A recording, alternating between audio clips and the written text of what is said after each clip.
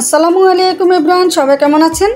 স্বাগতম জানাচ্ছি নতুন একটা রেসিপিতে। আজকে রান্না করব শীদুল শুটকি বা বাঁশপাতা চাপা শুটকি, যে নামে চিনেন। সেরা স্বাদের এই মজার শুটকি ভুনা করবো ঝাল ঝাল করে। তো আমি এখানে 4 থেকে 5টা শুটকি ভালোভাবে ধুয়ে পরিষ্কার করে নিয়েছি। আর এখানে পেঁয়াজ কুচি নিলাম, ধনিয়া পাতা, রসুন।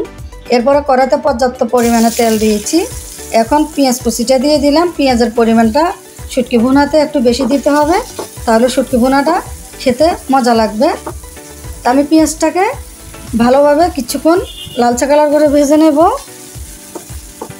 আর এই শুটকি ভুনাটা কম বেশি সবাই পছন্দ করে, সবারই ভালো লাগে, ছোটো বড়ো সবার কাছে ভালো লাগে।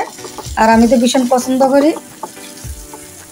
তো পেঁয়াজটাকে আমি আরও কিছুক্ষণ লালচে কালার করে একটু ভেজে নেব।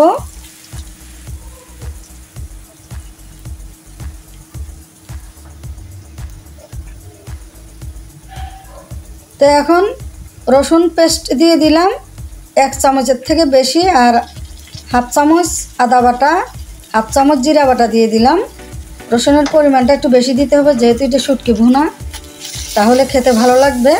তো আমি মশলাটাকে পেঁয়াজের সাথে ভালোভাবে কিছুক্ষণ কষিয়ে নেব আমি। আর শুটকি ভুনাতে ঝালের পরিমাণটা একটু বেশি দিতে হবে, তাহলে খেতে ভালো লাগবে। তো আমি এখন সামান্য কিছু পানি অ্যাড করলাম, যাতে মশলাটা পুড়ে না যায়।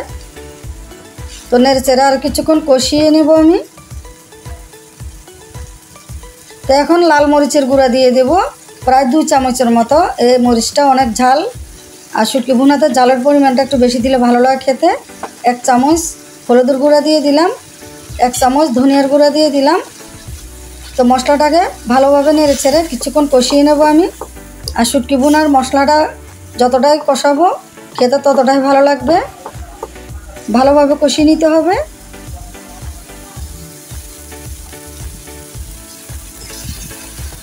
তো আমি আরও সামান্য কিছু পানি অ্যাড করলাম, যাতে মশলাটা পুড়ে না যায়, নিচে লেগে না যায়। যেহেতু মশলাটা আমার অনেকক্ষণ কষিয়ে নিতে হবে, তো মশলাটা কষানো হয়ে গেছে, তেলটাও পুরো বেশি উঠেছে। আর এখন আমি পরিমাণ মতো কিছু লবণ অ্যাড করলাম। তো মশলাটাকে আমি আরও কিছুক্ষণ কষিয়ে নেব।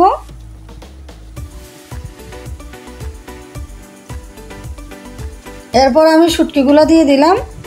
তো সব মশলার সাথে ভালোভাবে মিশিয়ে নেব আমি, নেড়েচেড়ে কিছুক্ষণ কষিয়ে নেব আরও।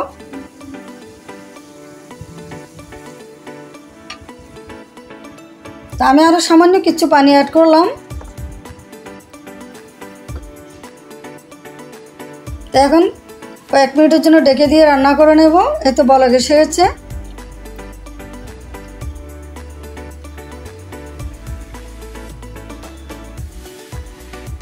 তো আমি শুটকির থেকে যে কাঁটাটা আছে, কাঁটাটা তুলে ফেলবো, না হলে শুটকি ভুনাটা খেতে ভালো লাগবে না কাটার জন্য। তো সবগুলা কাঁটা আমি তুলে ফেললাম। এখন কয়েকটা রসুনের কোয়া দিয়ে দিলাম, তাহলে ভালো লাগবে খেতে।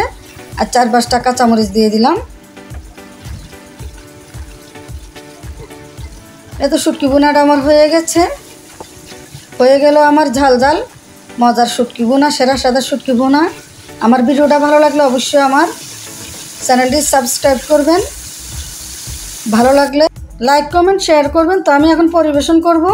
যখন কোনো কিছু খেতে মন চাইবে না, তখন এই ঝাল ঝাল শুটকি ভুনাটা করে নেবেন, তাহলে 1 প্লেট ভাত খেতে পারবেন নিমিষে। দেখেন কত লোভনীয় হয়েছে। তো আমি গরম গরম ভাতের সাথে এখন খাবো। অসাধারণ মজা, সেরা স্বাদের শুটকি ভুনা। তো সবাই ভালো থাকবেন। ভালো লাগলে অবশ্যই লাইক কমেন্ট শেয়ার করবেন। আজকের মতো বিদায় নিচ্ছি। ধন্যবাদ সবাইকে। আল্লাহ হাফেজ।